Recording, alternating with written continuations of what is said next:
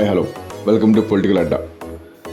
YS Jaganmohan Reddy మరియు చంద్రబాబు నాయుడు వారి పాలనా విధానాల మధ్య పోలిక గురించి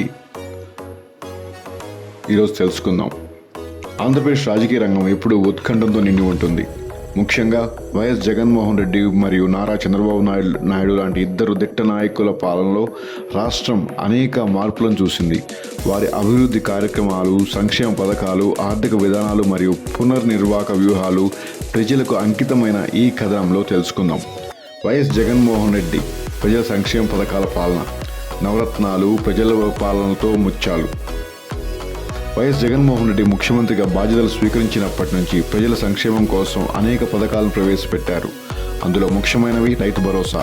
రైతులకు ఆర్థిక సహాయం అందించి వారి బతుకులను భరోసా కల్పించడం, ప్రతి రైతు కుటుంబానికి ఏడాదికి 13,500 అందించడం ద్వారా విత్తనాలు, ఎరువులు కొనుగోలు చేయడంలో సాయం చేస్తున్నారు. ఆరోగ్యశ్రీ పేద ప్రజలకు మెరుగైన వైద్యం అందించడంలో ఆరోగ్యశ్రీ పథకం కీలకమైనది. ఈ పథకం ద్వారా ప్రభుత్వం పేదలకు నాణ్యమైన వైద్యం అందిస్తున్నది.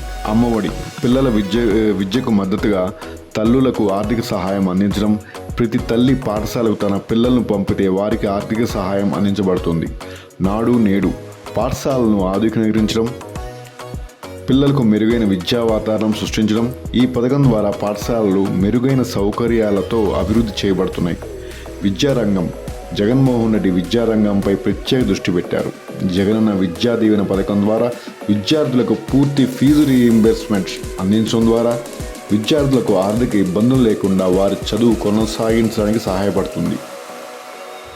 వైద్య రంగం వైఎస్ కంటి వెలుగు.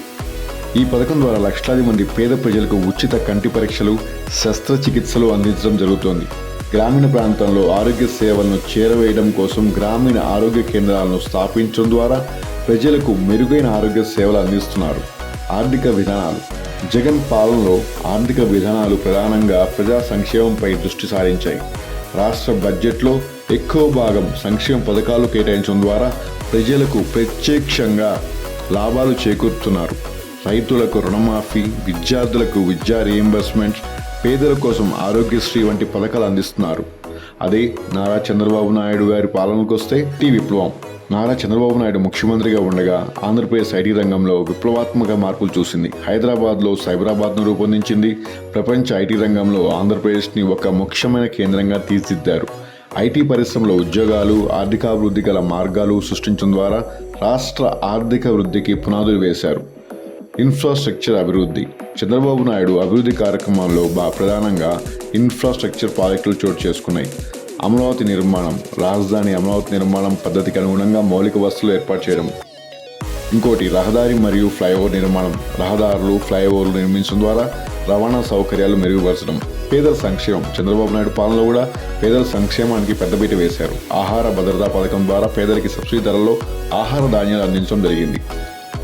డ్వాక్రా పథకం ద్వారా మహిళలకు స్వయం సహాయక బృందాలు ఏర్పాటు చేసి వారికి ఆర్థిక స్వలంబన అందించారు. ఆర్థిక విధానాలు పరంగా చూస్తే చంద్రబాబు ఆర్థిక విధానాలు ప్రధానంగా పెట్టుబడులను ఆకర్షించడం, పరిశ్రమల స్థాపనపై దృష్టి సారించాయి. పాలకర వేతనం వంటి పథకాలు పారిశ్రామికవేత్తలకు ప్రోత్సాహకరంగా నిలిచాయి. స్మార్ట్ విలేజ్, స్మార్ట్ వార్డ్ పథకం ద్వారా గ్రామీణాభివృద్ధికి, పట్టణాభివృద్ధికి ప్రాధాన్యత ఇచ్చారు. ఎన్నికల వ్యూహాల్లో ఇద్దరు దిట్టమైన వారే. జగన్ వ్యూహాలు చూస్తే సంక్షేమ పథకాలు ప్రవేశపెట్టిన సంక్షేమ పథకాలను మరింతగా విస్తరించి ప్రజల్లో సంతృప్తి కల్పించడం, ప్రజాసేవ యాత్ర ప్రజలతో నేరుగా సమావేశమై వారి సమస్యలను పరిష్కరించడం, డిజిటల్ ప్రచారం సోషల్ మీడియాలో ప్రభుత్వ అచీవ్మెంట్లు ప్రజలకు చేరవేసే ప్రచారం చేశాయి.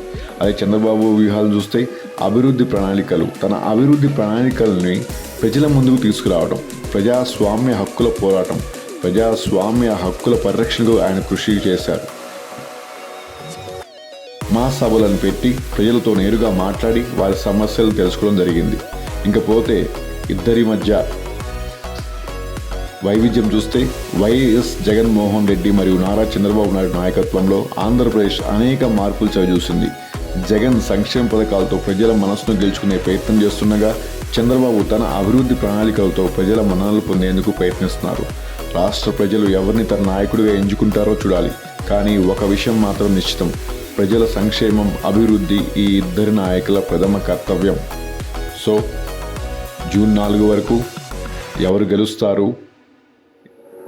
ఎవరు ఓడుతారనేది మనం వేచి చూడాలి. ఎందుకంటే ప్రజలు వాళ్ళ అభిష్టం మేరకు బ్యాలెట్ బాక్సుల్లో వాళ్ళదే ఎవరికి ఓటేస్తారనేది భద్రపరచమైనది. జూన్ 4 కౌంటింగ్ తర్వాత ఎవరు గెలుస్తారు, ఎవరు ఓడుతారు, దీంట్లో ఓటమి గెలుపులు ఏముండవు.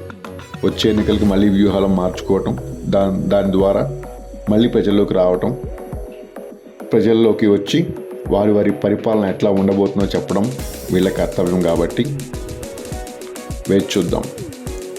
జూన్ 4, 2024 తర్వాత మనకి ఒక క్లారిటీ వస్తుంది, ఎవరిది గెలుపు ఎవరిది ఓటమి అని చెప్పి. So until then, thanks for watching political Adda. Thank you.